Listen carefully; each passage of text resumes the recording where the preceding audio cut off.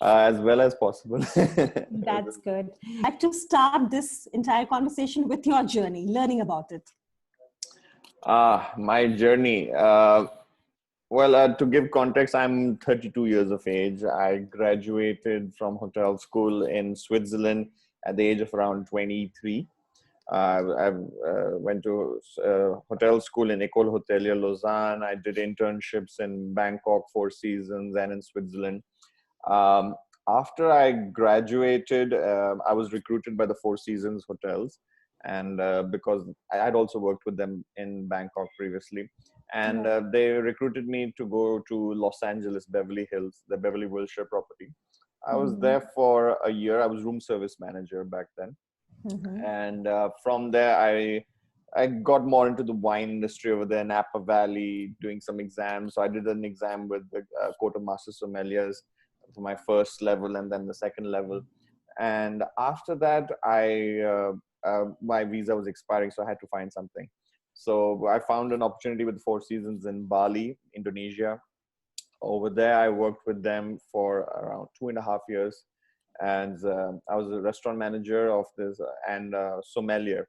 It was a dual role. So when I came in over there, it was a very enlightening experience, because I got to see how the world of wine and dine over there is. How do you educate people who have no idea of what is wine and what is luxury? So to experience that and to teach people how to simplify it. So that became a very earth-shattering experience for me. It was amazing. I loved it. I loved every minute of it.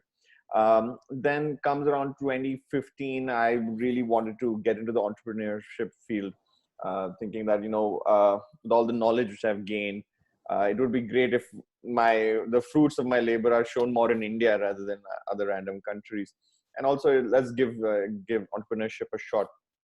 So my father, Mr. Suryaveer Singh, he used to work with Taj Hotels. He had started Vivanta Hotels, and he was also coincidentally retiring at that time.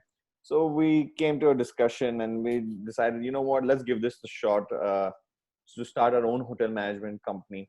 Of course, we can't compete with the big chains like Taj and Oberoi, but let's go and bring our same amount of professionalism into the 3-star, 4-star segments. So that's what we are doing. So since 2015 to now, we've been working on that. We do a lot of consultancies as well for all over the nation, travel around almost all the states. And we are also running certain properties too in Hyderabad right now. We have 3 more in the pipeline. So that's what we are busy with. I also, on the side, because I had some spare time with me, I really wanted wine culture to grow in India, and especially my city, Hyderabad, which has a lot of money, but didn't have a lot of understanding of what is wine and how to appreciate it. So I started a wine society over here in 2017, I think, 2017, and it's now been 3 years almost, and we've done a great job with the wine society. It has over 1,500 members on Facebook, multiple dinners. We've done 27 dinners, and just before COVID, we were about to get into 4 more cities of Bangalore, Jaipur, and Bombay, and Delhi. But unfortunately, COVID spoiled the party. But that's been my journey in a nutshell. Yeah. Wow. How did food and beverage happen to you? But, coming from Visas, of course, he's been the CEO of Taj, and, with so much of course, experience, you can definitely go ahead and open up hotels in a very different segments. But then what was your first choice as, food and beverage was concerned? And that led to, as you said, the wine society, right? So I'm certain that, there were a lot of, you can say, landmark events, a lot of failures also in your, roadside when you were going into it. So tell us more about it. How does this entire thing come into shape? So the world of food. So when you're in hotel school, some hotel schools are very upfront. They tell you want to join the front office industry or you want to join the food and beverage industry. Some which so my college was not that adamant on it. They said, well, for your internship you have to choose, but for the rest of it we'll teach you best of both worlds. For me, my father has a hotelier background, so he was also F&B background. So the talk amongst most hoteliers was that if you don't have a knowledge of F&B, then you're not really a hotelier, So that is the more of the internal thing, because food and beverage is such a deep subject. And so that's when you're really talking to a guest, spending hours and hours with them, planning, like regardless of check-in, check-outs, which we see is okay, it's a process, but it's a very limited process in the guest stay. If the guest comes for 4 days, they're there for the check-in, check-out. They might meet you for a concierge, and that's about it on check-out. It's very limited. Whereas when you're in F&B, you're dealing with them for breakfast no matter what. You're dealing with them for their parties. You're dealing with them room service, um, afternoon teas, so on and so forth. And there's definitely a lot of art to it. I'm not saying one is better than the other. I just kind of said, if you have to really get into it, I think F&B is the way to go. So yeah, and plus I'm a big foodie as well, so can never deny that experience. Yeah, so that's why I drifted more towards the food and beverage industry. But of course, the accommodation side of hospitality is also very, very difficult on its own. But everyone should know best of both worlds. No one should just be, I'm front office and I have no idea what champagne is and what grapes are in it. And the F&B guy should not be completely oblivious to how to do a check-in and check-out. True, true. So when you were basically going and introducing the wine culture, I'm certain that you have had a lot of study put together, right? And it was almost like you were pioneering it.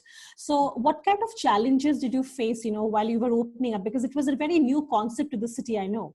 For the very first time, Hyderabad, definitely a great city, a city of pearls, as we call it, a lot of money, but then again, sometimes a little conservative in nature when it comes to maybe the wine culture. So obstacles that you faced and how did you overcome it? Very nice question. So when we started in 2017, me and so I had all this knowledge working with Four Seasons in the wine industry. It was very rich knowledge. And I also developed a certain teaching style to really simplify wine. The problem with the wine industry is that certain people have hijacked the knowledge of it and has really made it look very intimidating just to make themselves look superior. So if you ask any person, even people who have worked in hotels for a long time, they see wine as a very, very intimidating subject. They think it's very complicated. And because when they see someone smell a wine and say, oh, this is from the Loire Valley and this particular region, it really scares people like, oh, what is this? What language is he even talking about?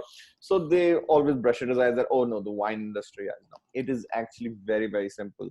And so when a lot of it was me learning about how easy wine is. And I was not the best student in school. I was in the 60% people. But for me, I really understood that once you understand a few basics about wine, like understanding the body, understanding what makes this from Europe, the old world, and what makes this from outside, and these small tricks, then you start realizing, oh, wine is actually a lot of fun.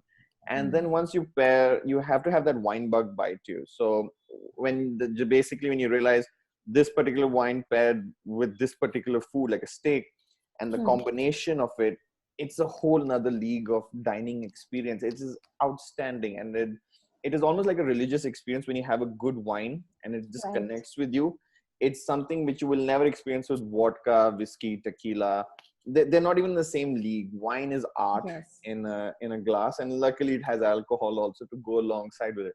So I was totally mesmerized by wine. I loved every part of it. And when I was working in Four Seasons in Bali, I also realized that there were stages where the kitchen brigade was at least 50 staff, and then there was waiters and everything. And I was the only one person, and I had one helper with me handling the wine. So every day we used to pick it up, stuff it in the fridges. And then we realized that when we saw the sales, wine revenue was 45% of the entire revenue. And we were shocked. And I was like, me alone, am contributing almost the same as the chef and his 50 members here. So there is a lot of money was coming in from there. And so we understood that, okay, this is not that difficult, and you just have to connect with the guests. So our menu designs and all. So anyways, I can talk about that forever. So with Hyderabad, I really wanted to start something about this. Not for money or anything, just to get the word out there. Because if you spoke to hoteliers before our society started, so the hoteliers, they had a budget that they had to do a wine dinner in their in order to promote the culture. But what would happen was the hoteliers were not too excited to have these dinners. they knew they could not sell it. So they would try and price these dinners at 8,000 rupees a head. No one would come. And in the end, last minute rush, they would give it the complimentary tickets to people.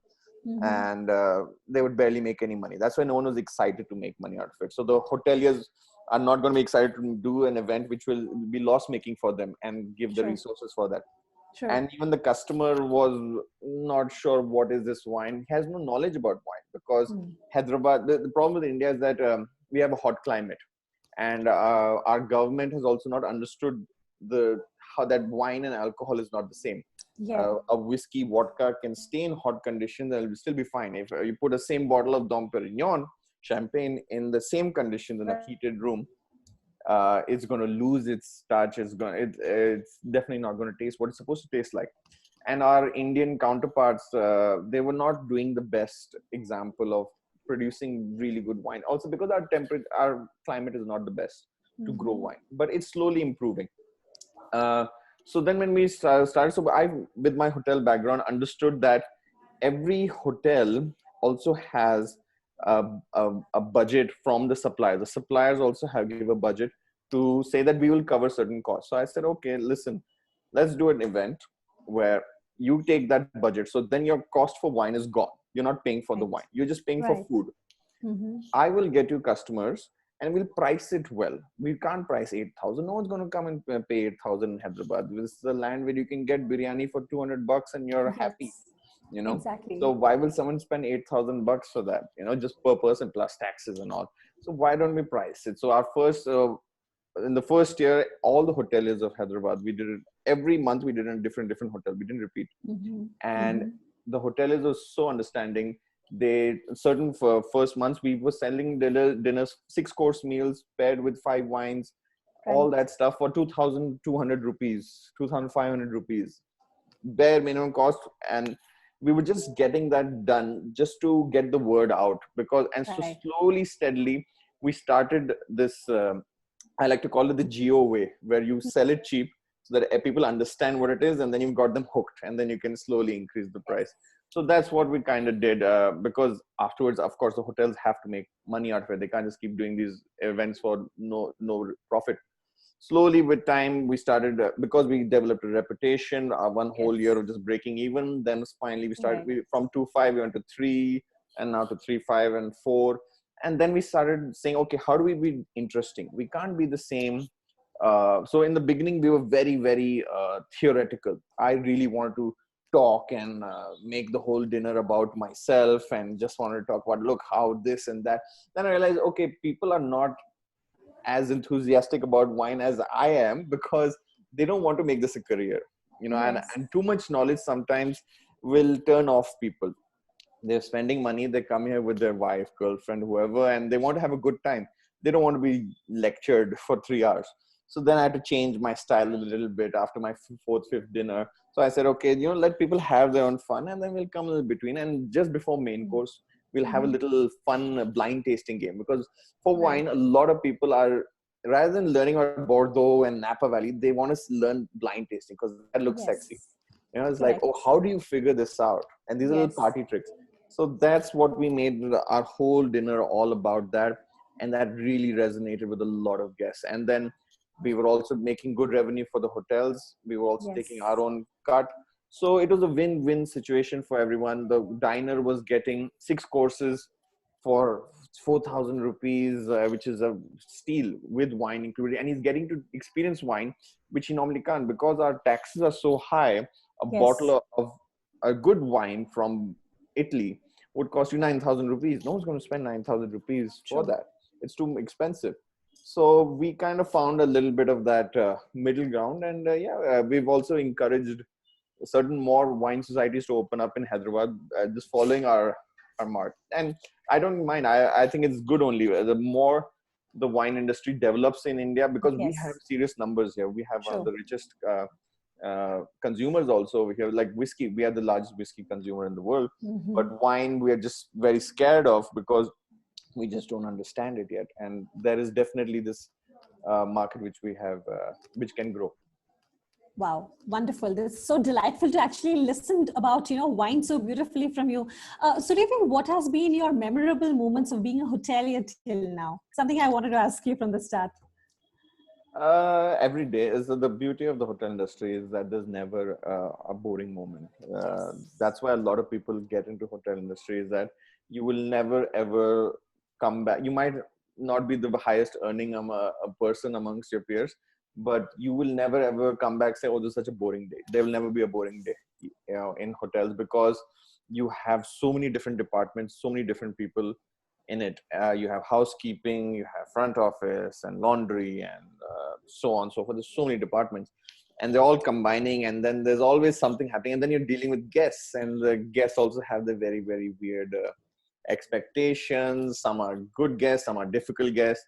Right. And then basically you are showing how to deal with certain tough situations, and you have to just put on this persona of yourself, because you Mhm. can try and be yourself, but you can't answer the guest. You can't show your true emotions, so you have to, Sure. it's like a dance you're doing over there, and you have to stay in character as well. So a lot of memorable moments, and Beverly Hills I had a lot of fun moments as well, because a lot of Hollywood stars used to be around. Pierce Morgan, Ellen DeGeneres, Larry King, so many, Anil Kapoor, all these people used to come. uh, many fun tales. One fun tale I remember was when Pierce Morgan, he had asked me to get a birthday cake for his wife and plan a surprise. So Right. I was the only one, and then we were trying to get it, and then we just trying to surprise his wife. In the meantime, trying to get a birthday candle lit. And it was a very Yes. funny experience because him and I were bonding during such a thing. We were trying to get the candle lit. It was like a 20-minute experience, but it was a lot of fun to see that. In Bali, also our great moment. Just the experience of just we had staff which didn't have any understanding of Mm-hmm. what are we trying to achieve, what is the difference between Four Seasons and a Novotel, and then just trying to inculcate luxury in them. So, Mm-hmm. and you have so many different bosses, so got to Yes. really learn from different styles. So something I recommend to everyone is please go and travel as much as possible, because you'll get so many different perspectives. So I had a lot of German bosses, so these Mm-hmm. German bosses really opened my mind towards our idea of clean and perfection. Right. you know Right. uh, the Germans will go to the level of going on the top of the fridge and just feeling at the top of the fridge and finding dirt over there, and that for them is unacceptable. Right. So there's so many things, and you Right. learn about that because once you really do care about your job, it'll show. Yes. And no one will have to tell you to people have to tell you to go home rather than you just looking at the clock. That's the worst thing. You should never be stuck in a job where you're just counting down the hours, and that's the hotel industry for me. A Right. lot of experiences in that, but for now Yes. this is it. Yeah. Right. So, Rabir, as a very, successful hospitality leader and definitely leading your team from the very front, what qualities do you basically think that, a hospitality professional or maybe an aspirant today should have? What sort of skills? Yes. So basically, what number one, they need to be a little bit. If they plan to be in the front of the house, they need to be Mm-hmm. more extroverted. Is one Mm-hmm. very important thing. India is Mm-hmm. a country with a lot of introverts, I feel. So basically, you have to be showing a lot of your hospitality. It has to show Right. in your face. It has to show in your language, and you have to be very careful with it. So an extrovert is usually much excels a lot in the hotel industry compared to an introvert. Introverts, of course, have a lot of other fields where they can do very well in. But if you're an introvert and you don't like meeting people, don't join the hotel industry, because the hotel industry is all about meeting people. Yes. So that's why we're suffering so much during COVID times because we can't meet people. So COVID is like the worst thing which can ever happen to our industry, Yes. because we are all about not having social distancing. We're all True. about shaking hands, and we're all about helping your kid just to lessen your stress. I All of think this, about the smile. The first the thing is, smile, we're the actually smile is missing gone. out behind the mask. Yes, and yeah, a lot of people just end up not shaving, not caring. It's but I hopefully that's just a passing phase. I really hope so. But yeah, no, skills wise, so being extroverted will definitely help you a lot. And another thing I would say is you have to be really passionate. You have to be about what you're doing. Because this is a job where you will be sometimes pushed to work 14 hours shifts, 15-hour Mm-hmm. shifts. And this is definitely not a job where you can say, oh, my 8 hours are done, I don't care what happens, I'm going. Correct. There'll be a lot. This is a human intensive industry. You have to put in the hours to show that you're serious. And sometimes if you have a buyout wedding and it's going to go on all night and your morning shift, well, be ready to do evening shift as well, and then suddenly come back for morning shift with a 4 hour sleep break in between.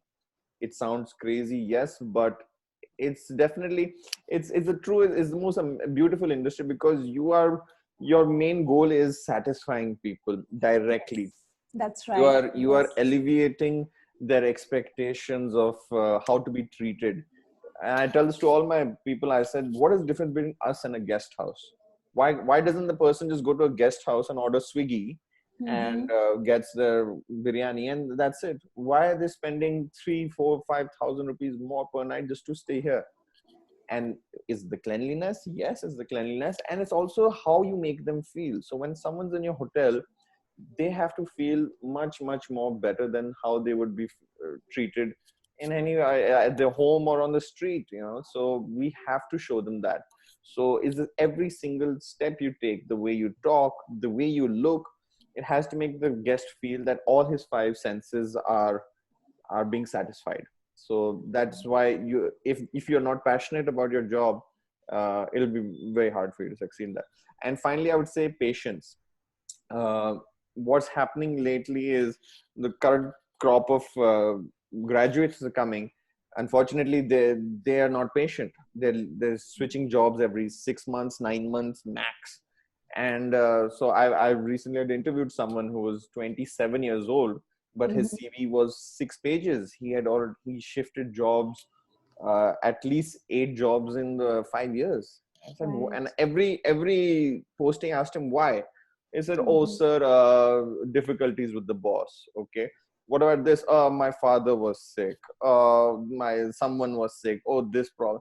There's a lot of True. nonsense. True. If you really, because see, when you join a company, you're joining a family. Yes. It's you're definitely in it for the long haul. If you have some difficulties with your boss, does not mean you just leave the industry. We will, the one thing, the two people you can't, like two three people you can't choose in your life. Two are your parents and one is your boss. So you can't choose who your boss is. You join the organization but you leave the boss. So that's Yes. not the way it is, because if you also sometimes get into your boss's shoes, you'll realize even his life is not all that great. He's also dealing Absolutely. with a lot of stress. True. So patience has to be there. The hours will not improve, so and so. And then a lot of people do this where they can't get a promotion in the current job, so they go to another job and try and get a promotion there. That's not the best way of growing. Like for me, the CVs which I see, the best CVs are those which show me that they got a promotion in their own company. That means their company trusted them and gave them responsibilities based on their work, rather than them playing a certain chess move and getting a promotion. That's not how it should be. So patience is very important, which is like my father, he worked with Taj. He never left Taj. He was always with Taj for 40 Yes. years now. Now, of course, slightly different times. No one's forcing you to stay with the same company. If you're not happy, okay, you should move. Yes. There's another opportunity which a current place can't give you. Yes, of course, sure. But don't waste your 20s every year jumping from Marriott to Taj, from Taj to Oberoi to Lemon Tree to that, because that just gives a message to your future employers that, oh, you're not loyal. You're just what guarantee is there? Why should I invest money in training you so that you'll just hop up and leave? So you have to show loyalty. So when you go for when you say yes to your first job, at least 3 years has to be given Right. to show that you are serious about it. And life is long. Life is very long. So don't think that I need to experience all hotel companies in in this lifetime. It's not possible. Choose something which Wonderful. perfectly fits you, but don't change so fast. Right. I think this was a great message because, the most important thing in this generation and, all our future hotel is stability, just like you said, being loyal, being stable, and definitely, embracing hard work is Hmm. something that will never go out of sync and so important for every hotelier and hospitality professional. Hmm. Suryaveer, today we have a lot of our students, in fact, watching you Hmm. online on Facebook and across all particular panels. And I'm certain that they're liking this conversation and they'll be taking a lot from here. Right. What would you like to basically give as, of course, apart from everything so beautifully that you've already said, what Hmm. special message, especially keeping in mind the current situation of COVID, would you like to, in fact, tell all of them today? Um, it is an unprecedented situation. It's not happened in a very, very long time. Even in warlike situations, entire countries don't shut like this. It Yes. is definitely very unique times. It is, I'm not going to sugarcoat it, it is definitely a bad time to be graduating for in the job market. But how I see it is that it's the general consensus has been that okay, this is something which is bad, but it's not a death sentence for everyone. We will get through this. The numbers might change here and there, but we will definitely get through this. um, just before we went live, as we were saying, the hotel industry is definitely the fine. If you see Maslow's hierarchy, why do people come to hotels is that they Right. want to, that they have some money to splurge, they want to feel good, they want to be treated well, they want to have the best scotch and the best wines and the best food. So that's why they come to hotels. Now when you're in scenarios where you can't even meet your own family members because you Mm-hmm. think they have COVID, so that's a problem. But this is a passing phase. I really feel it's a passing phase. By the end of this year, I don't think we'll be even forced to wear masks anymore. And definitely there will be some OCD people who will still be very careful, but it's normal Yes. human behavior that at the end we can't be caged too long. We want to go out. We want to like for example, when they opened the liquor shops, it was crazy how people just came out in the thousands just lining up just to get a bottle of vodka, because that Right. just shows you people have money. Yes. They just they want to go, but as government law they were afraid to get out. Yes, but now people, we can slowly see that there's some people who are already planning the Mhm. weddings during this time because the muhurtams are there. That's So right. and even though the government has put laws saying that oh, no more than 50 guests, and which is crazy. How do you have only 50 guests in an Indian wedding? But people are doing it and they don't mind. So there is consumerism. It's not dead. uh, India as a whole is building a lot of hotels. We were Right. going through a very good phase actually until Mm-hmm. COVID hit, where there were a Right. lot of hotels being built, and not only in tier one cities, in tier two and tier three cities as well. Um, so definitely there will be jobs. There's no problem about that. It's just this 5-6 month period. You just need to work on certain things. So my only message I would say to the graduates is that don't waste this time. Use this time to learn some skills which can help Yes. you in your job. Skills meaning learn a foreign language, learn French, learn Right. Spanish, learn Mandarin. That can be an outstanding goal which will make you so different, because if I see a CV and it shows me that oh, you also speak French, oh, you speak I don't know, Bengali, Marathi, whatever, it just shows me that you have Mm-hmm. brain capacity to Yes. you rather than just doing your basic Correct. two languages of Hindi and English, True. you actually Yes. put in effort and you're learning something out of your comfort zone. So do Mm. things which are different from your comfort zone. Learn cooking, learn different skills. All my videos on wine, if any of you want to learn about wine, all of them are on YouTube. I have 14 videos. Lovely. Go learn about wine. You can finish them in 5 hours. So there's so many things. Learn these certain skills in this time, which you can really use in the hotel industry. If you want to really join the hotel industry, these small skills really take you a long way. It's not about your grades. The grades you get are very minor for me. It's how you carry yourself and how confident you are. So take this time. If you don't get a job interview right now or something, don't feel bad. It's the current industry right now. We've all been told by our higher Yes. ups, don't hire right now. Let's just figure where we are, and then slowly we're lucky to live in a country of 1.2 billion consumers. Not only people, consumers. They Sure. have consumption needs, and we're slowly finding it out. So hotels are coming up, and hotels are paying very good also now. 4 or 5 years ago, they were not paying well at all for the amount Yeah. of work we used to put in. now hotels are actually paying. So this is a very good time to also be in the hotel industry. But take advantage of your time. Don't just sit idle and grow a beard and get a pot belly or something like that. Do something Yes. which is productive, which you can show off, which differentiates you from the crowd. That's my main message. Amazing. So, okay, so we are almost half an hour here in the conversation. And before we exit, something very important for me to know from you, that is, how has been the lockdown for you? And what has been, of course, the best moments for you during the lockdown and something that you've learned out of it?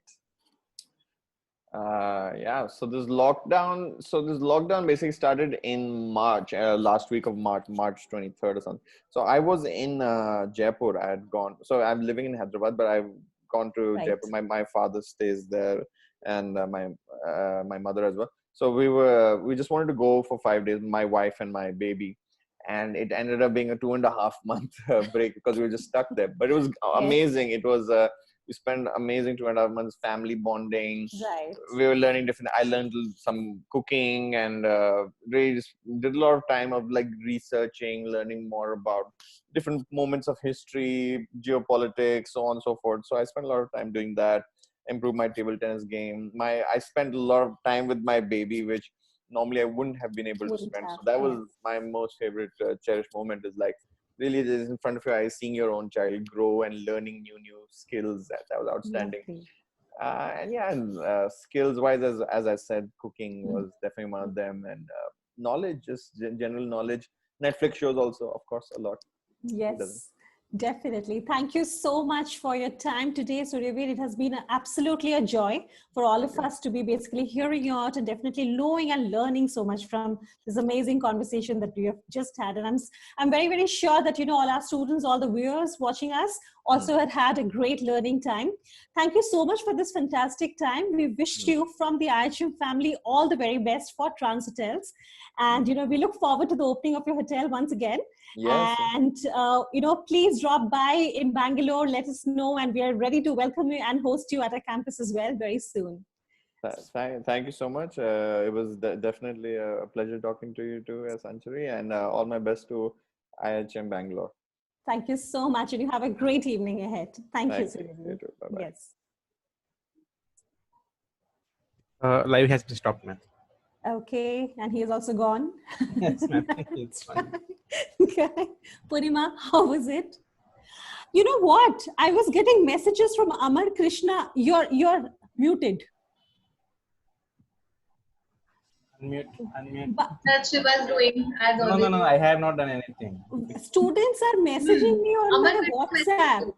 about I questions. what Ma'am, is- can you please ask these questions? When did we say that we are moderating this? Oh my God. I know I started a watch party on Facebook and Aman Krishna joined, but nothing he wrote on the He watch was party comment. texting me. Ma'am, Amar will text us directly, ma'am. He has all the numbers of staff. I know. He definitely has my number. So he keeps on texting anyways. He has all the numbers and he is not, he could have posted easily. But I know.